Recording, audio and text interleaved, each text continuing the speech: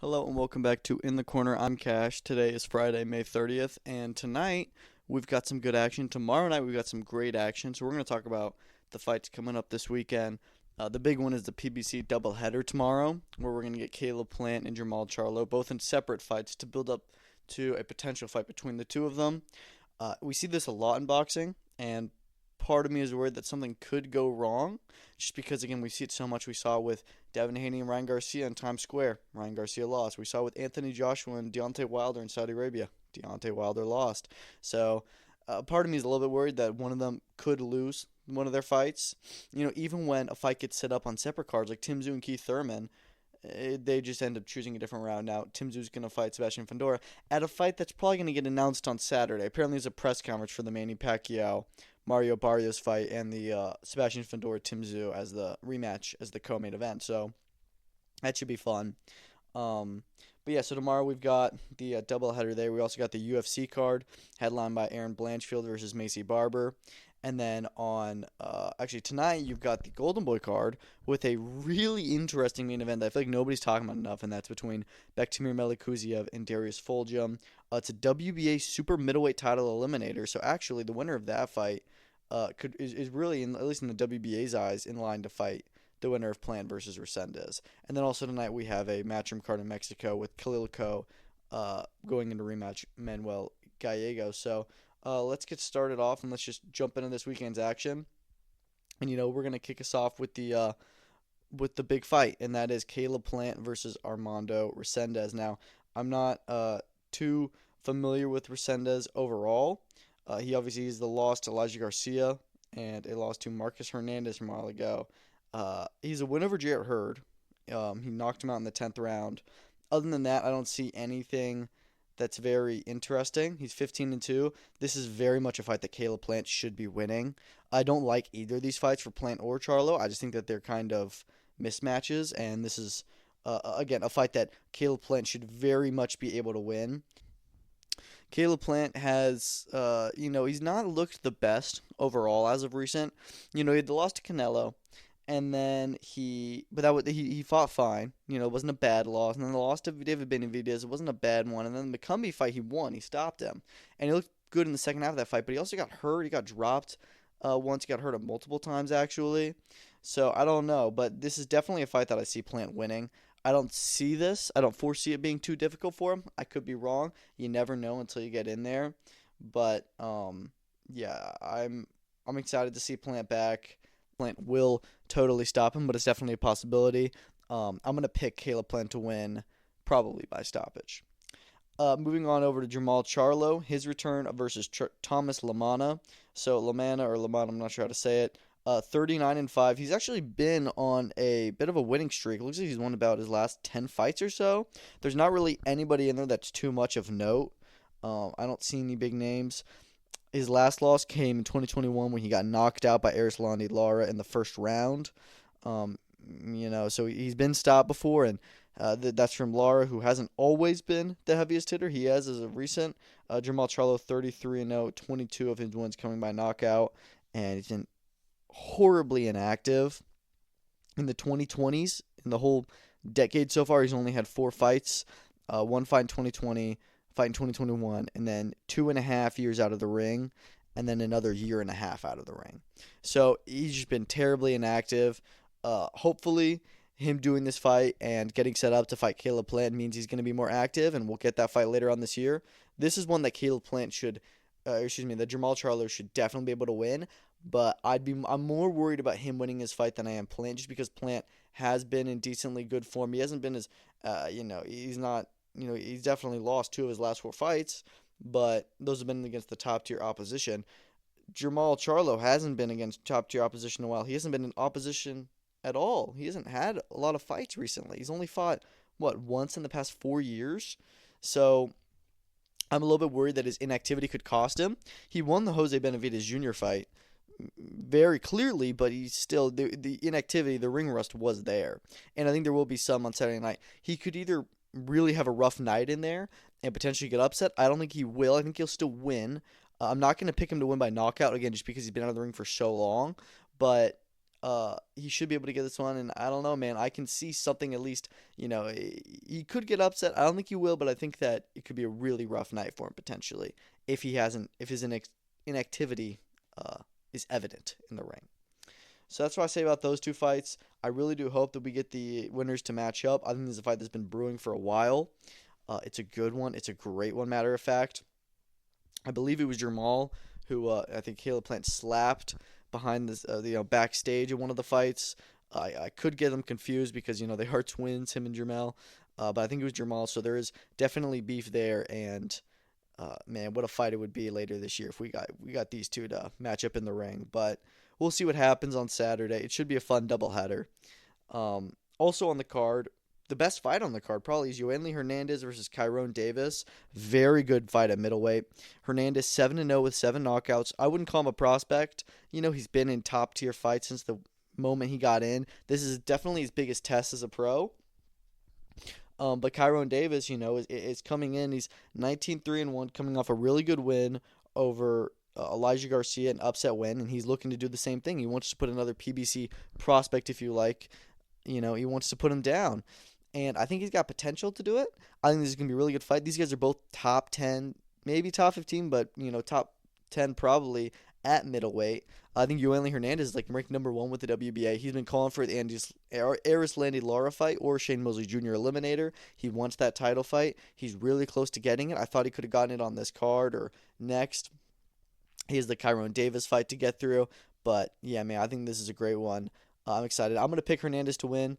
I'm going to say, though, I won't pick him by knockout, even though I think it's very possible and he's still a huge puncher, just because Kyrone Davis is really, he's much tougher of a challenge, and he's really tough. He has been stopped before by David Benavidez, so it is possible.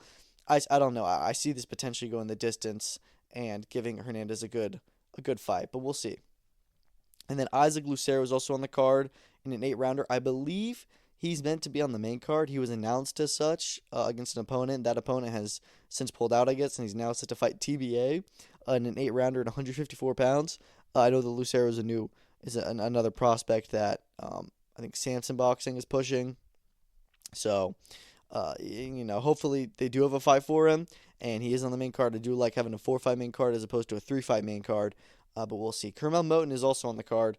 Likely not going to be on the main card. He's in with Rennie Viamonte Mastrapa, who is 4-1-1. It's an 8-rounder, so I think this is a decent fight for him. And, people are really rushing him, but he's still so young, and he's got plenty of time to develop. And I think he's on the right path. And, I wish his fight would be televised. Maybe it will be, but I'm not sure.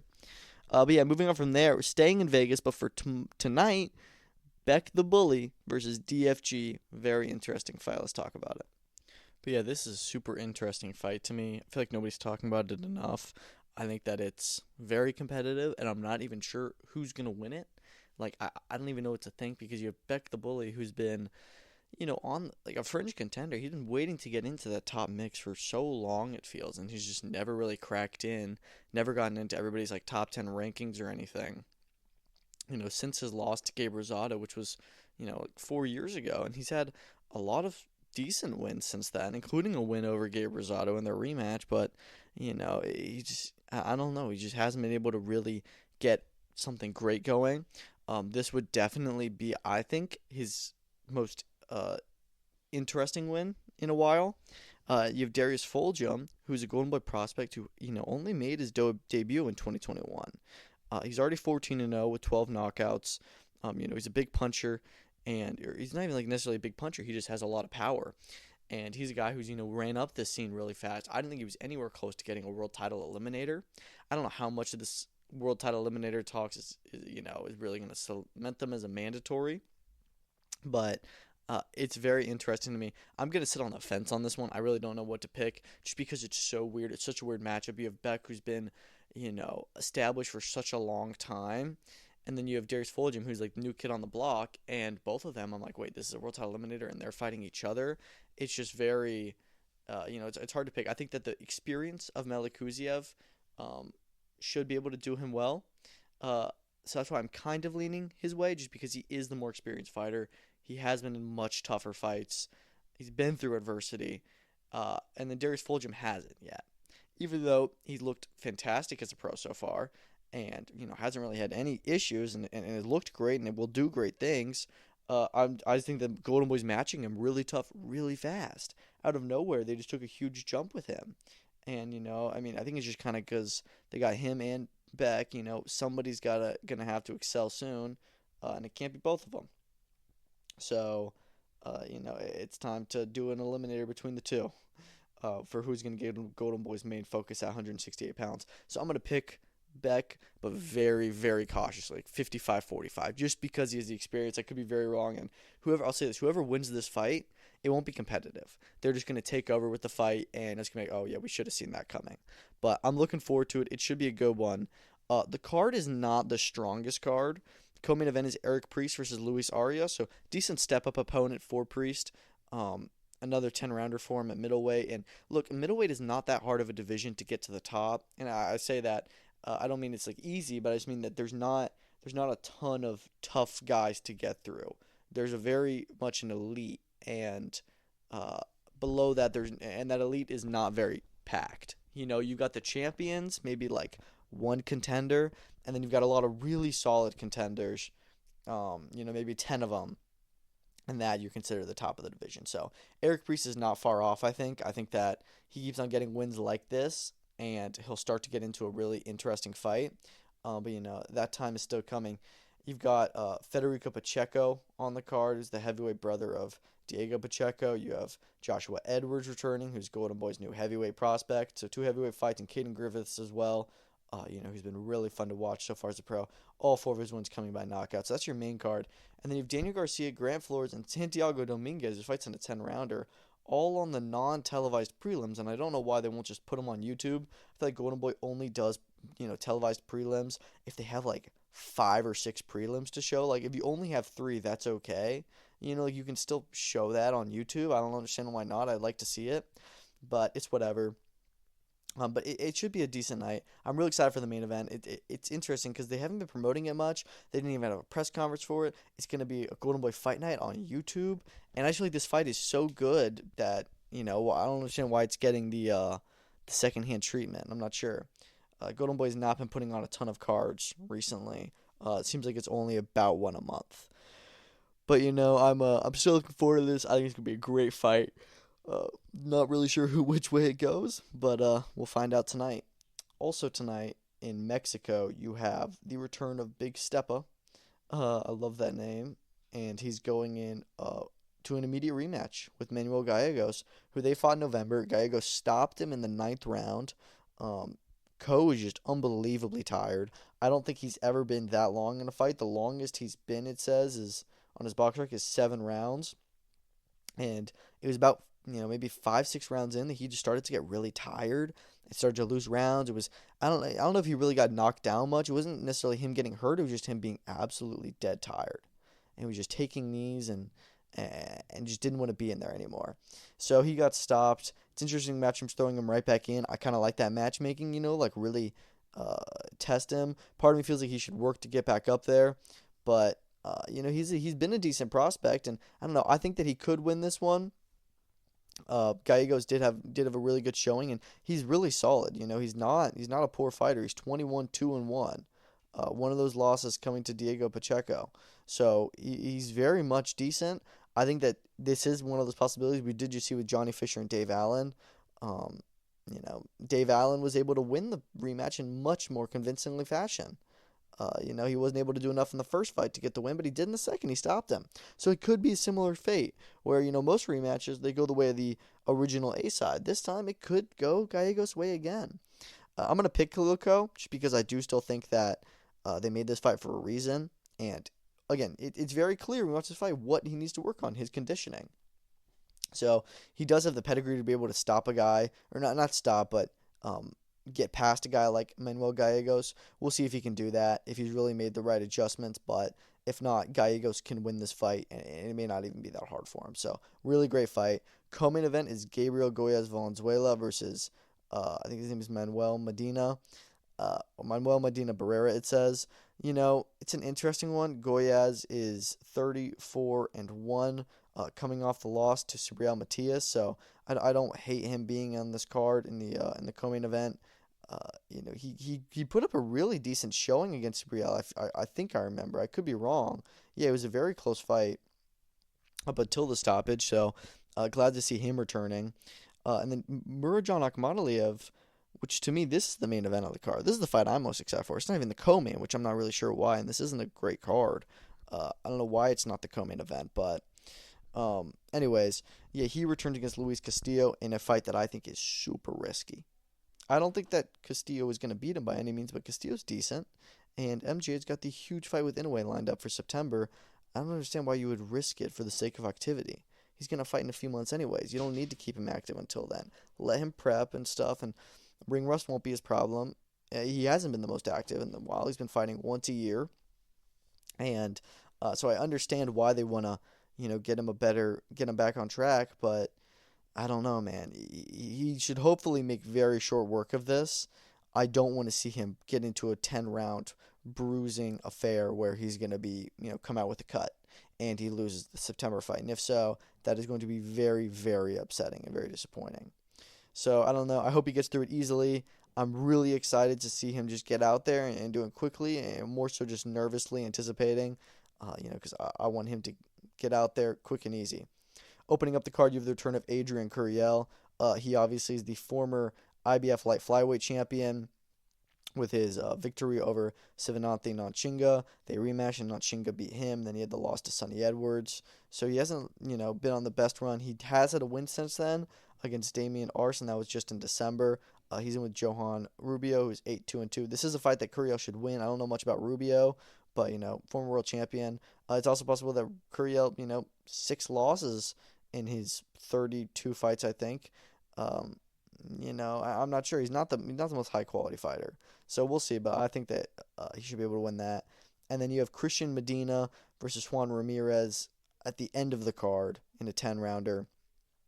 That's going to be on their YouTube channel. I don't know why it's not just a 5-fight card, but whatever. I don't mind the YouTube channel. But yeah, 24-4 versus 16-9. So Medina definitely should be able to win this fight. But yeah, so it's a solid card. We'll see how it goes. I'm looking forward to it. I'm looking forward to this rematch and seeing what MJ Akhmadaliev does and how quickly he can get out of there. But yeah, it should be an interesting one.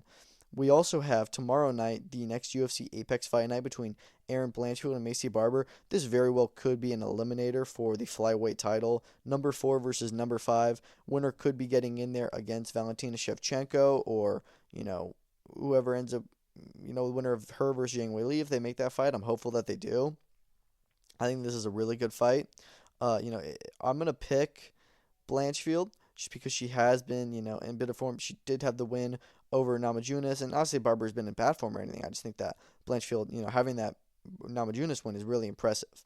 So, we'll see what happens. It's still a really good fight, and it's a close one, but I'm going to pick Blanchfield. Co-main event, Mateus Gamrot returns, which I didn't even know until like a week ago. He's number 7 at lightweight. He's fighting Ludovic Klein, who's not ranked at all. Really odd matchmaking there. This is a fight that Gamrot should win. He's coming off a great fight against Dan Hooker, a fight that I thought he maybe could have even gotten the victory in. It's weird that he hasn't fought since then, and this is the kind of fight he has. I mean, he could really be in like a top 10 fight. He's a top 10 ranked, so I don't understand why he's not in one of those fights, but excited to see him come back, maybe more than the main event. He was just so much fun to watch in that fight, and hopefully he puts on another show here. Other than that, not the craziest fight. You also have a top 5 bantamweight fight between Caitlin Vieira and Maycee Chiasson. So winner that will be in very good standing to face the winner of Pena versus Harrison. Decent main card. I like the Dustin Jacoby versus Bruno Lopez fight. And you've got some other stuff. Again, it's an Apex card. It's really not that great looking at it, but it is what it is. We get through this, and then we have 4 great back-to-back weeks of fights with the UFC. You've got UFC 316 with Sugar Sean and Merab Dvalishvili rematching.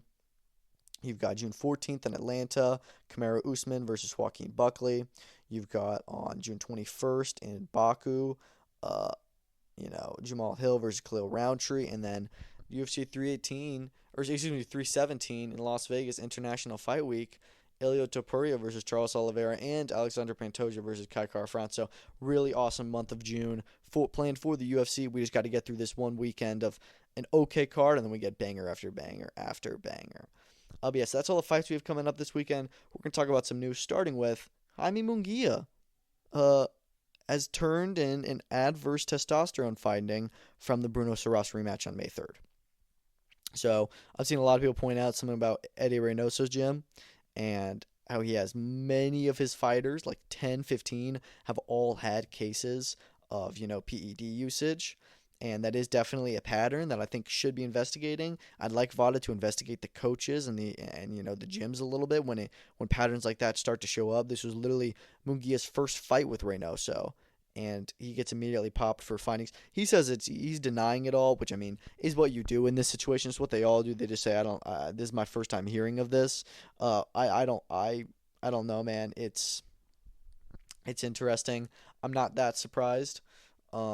I'm a little bit disappointed in Munguia, but I'm not surprised. He wanted to win that rematch really bad and wanted to ensure he's going to be the best possible shape. So he took testosterone, it seems. And, I don't know. He still won the fight, and he really didn't look good either. That's the funny part. So it's not even like, I feel like a lot of times people get busted for PED usage. It's when they don't even win the fight. Robert Helenius, for example, gets Anthony Joshua. He got knocked out. So it's not even like he used it, and got some crazy advantage out of it. He didn't look stronger in there. He didn't look, like a killer. He looked, okay. But it is unfair to Bruno Surace, who had that great win over him with the huge knockout, and then fought really well in their rematch, and then finds out that he was fighting up against a guy who was roided up. So it's unfair. Hopefully he gets some kind of punishment, but knowing boxing, we're just going to forget about this and move on, which is unfortunate. But yeah, something really needs to happen with all these, drug cheats. The final top rank on ESPN card has been announced for July 26th at the theater at MSG. Xander Zayas will finally get his world title shot against Jorge Garcia for the now vacant, super welterweight championship with the WBO. This is a phenomenal fight. It's going to be an all-out war. It's one that I think Zayas should be able to win, but it's definitely going to be his toughest fight as of yet. Jorge Garcia coming off the great win over Charles Conwell. It's a really, really fun one. And Zayas been waiting for this world title shot for a while. I'm happy that he's going to get it at the theater. It's going to be a great card, the final card on Top Rank on ESPN. And what I said at the beginning of the year is I want Top Rank to really push this next gen of fighters to world title shots. They did that with Keyshawn Davis. He's champion. Xander Zayas gets his title shot. Also on this card, Bruce Carrington gets a shot at the interim world title versus Mateus Heita, who's 14-0. And that would be for the WBC Interim Featherweight Championship. So winner of that is going to be mandatory for Stephen Fulton, or could honestly be upgraded if Fulton goes up to fight Foster, which seems like it's the plan. So this very much could end up being a legitimate world title fight. I don't think that it will by the time it happens, but, in terms of like what it really means, the winner of this could end up becoming world champion. So I'm really excited for that. It should be a good test for Carrington, but again, I think this is a fight that he wins. He's just been so impressive. The Sagawa fight was a little bit dicey, that was a close one, but other than that, he's been absolutely stellar. And I think that we're going to see a great performance from him. And yeah, I'm really excited for that doubleheader. Great card. Emiliano Vargas makes his debut in New York City. He's always so much fun to watch. Julius Bio finally makes his pro debut. He's meant to in March on an OTX card. Got injured, just not far out before, so he's back in now on July 26th. Juan Mita Lopez de Jesus, another, fresh prospect with Top Rank. I think he's only like 1-0. He also returns on this card. Those are only 5 fights we've heard of so far, but it seems like they're trying to go out with a bang, and I'm really excited for that main event. But yeah, so that's going to be a great card. We also got the confirmation of Moses Atama returning July 19th at Wembley Stadium on the undercard of Alexander Usyk, Daniel Dubois 2. This comes as no surprise. They said they want to do that with him. I'm just really happy they're keeping him active. He's not getting enough rounds right now. Every fight is 1 or 2 rounds, and last year he had 4 fights, and it was March and then May, and then, like 2.5 months in July, and then 5 months out of the ring until December, and then 5 months out of the ring until May this time. So I'm really happy. He's just, a little bit under a 2-month turnaround for him. He only had 2 rounds in there. Hopefully he gets a step-up opponent. I'm seeing some people saying it could be the winner of this Nelson Hisa versus Patrick Corte fight. I like that a lot. Like I've said it a million times, I want to see him in a British title fight. I don't like the idea of him fighting Martin Bakole. They said that they're not doing that yet, and the same with Joseph Parker. They said it won't be either of those 2 fights, which are the 2 that of the top tier that everyone's been saying he could fight. Because Parker is the WBO interim champion, and Tom is number 1, and then Bakole is just a fight that everyone wants to see. And I would love to see those fights, but there's no need to rush him into them right now. So we'll see who they end up doing, but I do think it should be a step up. Some other news, Paddy the Baddy thinks that he's going to get Justin Gaethje in October in Abu Dhabi. Honestly, I think it's possible.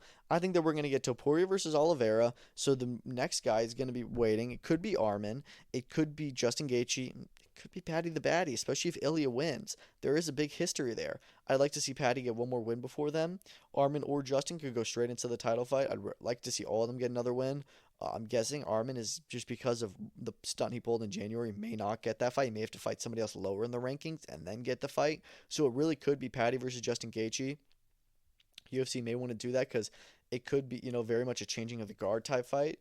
But yeah, I mean, that would be crazy, and I would love to see that. That's a perfect co-main event to whatever ends up headlining that, which could be Magomed Ankalaev versus Alex Pereira too. But yeah, I don't mind Paddy versus Justin. I really don't. The pay-per-view price for Jake Paul, Julio Cesar Chavez Jr. has been priced at $59.99 in the U.S., so $60, kind of steep. It's not the worst we've seen. PBC and UFC charge a lot for their pay-per-views, and DAZN has charged more in the past. They are trying to lower them overall. It seems like $60 is the new going rate, at least on DAZN. I'd like it to be even less. I don't think pay-per-view should ever be more than like $40, and even that is just expensive, so I don't know. Hopefully, if UFC does get this Netflix model, they're the leaders of the market, and they can change it to a non-pay-per-view model again. But I'm really not sure, man. I hope that we can get this fight, I hope we can get every fight for less money and for free one day. That's why I really like what Jake Paul, Mike Tyson did. And it was a huge event because it was free. So I'm not complaining about it.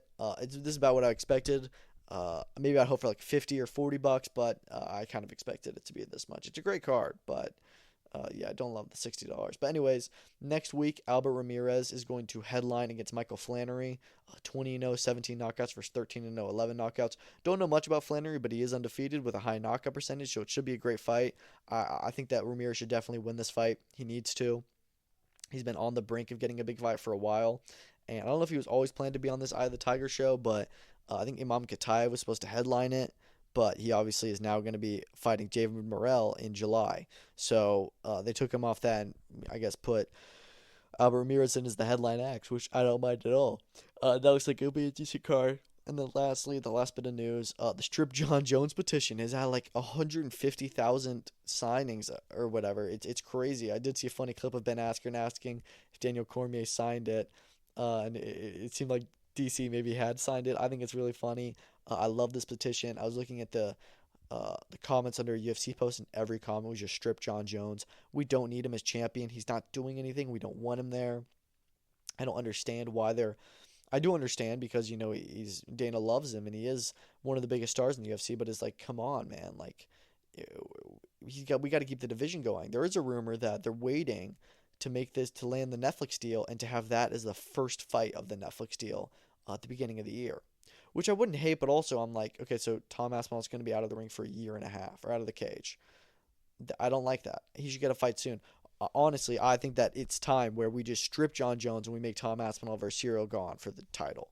It's at that point. It's just ridiculous. But we'll see what happens. I doubt they're going to do anything with this petition. I just think that it's great and it's super funny that people have done it. And yeah, I'll be signing it. But thank you so much for listening. Probably drop another episode Sunday, maybe Monday, where we'll talk about the weekend's action and any other news that goes on. But thank you for listening. Enjoy the fights this weekend and peace out.